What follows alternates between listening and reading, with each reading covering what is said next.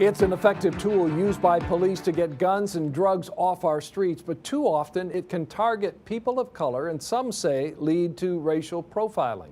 Tonight we continue our reports looking at police reforms happening throughout our area. 7 investigator Ross Jones has more on how police and prosecutors in Washtenaw County are trying to put an end to a controversial practice. It is hard to forget the horrific beating of Floyd Dent at the hands of an Inkster cop. 6 years ago, it made headlines around the world and ultimately sent former officer William Melendez to prison. You utilized your dirty, hairy tactics and used excessive force to arrest him. But what you might not remember, maybe never knew at all, is what made it possible in the first place. Police were watching Dent that night because he was leaving a hotel known for drug activity. So they followed him, looking for a reason to pull him over, and when he finally turned without signaling, they had what they needed.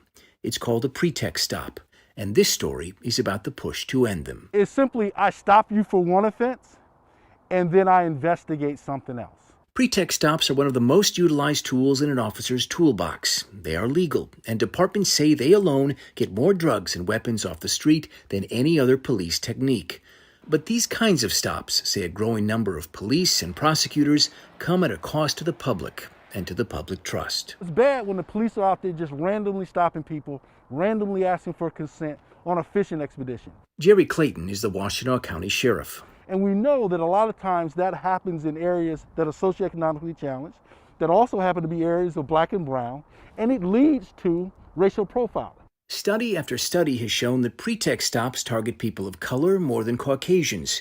And when Washtenaw County's new prosecutor, Ellie Savitt, took office in January, one of the first things he did was announce an end to prosecutions stemming from pretext stops. At the end of the day, there are the stops that uncover the evidence of those crimes, but there are many, many more that are humiliating, that are degrading, and that erode the trusts of community that uncover nothing at all. And it's those types of stops that we really want to discourage from taking place. There are exceptions, Savitt says. If a stop leads to finding a murder weapon or a large amount of drugs, a prosecution can continue. But for low-level offenses like drug possession, his office won't bring those cases. We're just not interested in it because we want to discourage those types of stops from being effectuated. What would you say to people who say, pretext stops have gotten drug dealers off the streets, they've gotten bad guys off the streets who are in prison today, and if it weren't for a pretext stop, they wouldn't be?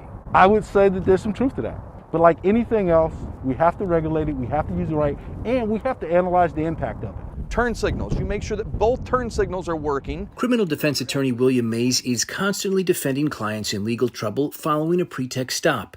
He applauds the Washtenaw County prosecutor's new policy, but The heart is in the right place. I just don't think that it's going to have a practical effect on officers in their day-to-day affairs. These stops have been a part of policing, he says, and asking cops to break old habits won't come easy. You're asking officers to only stop motor vehicles when they have maybe probable cause, when they don't need probable cause. They need only reasonable suspicion. For now, Washtenaw is the only county in Michigan willing to conduct this experiment.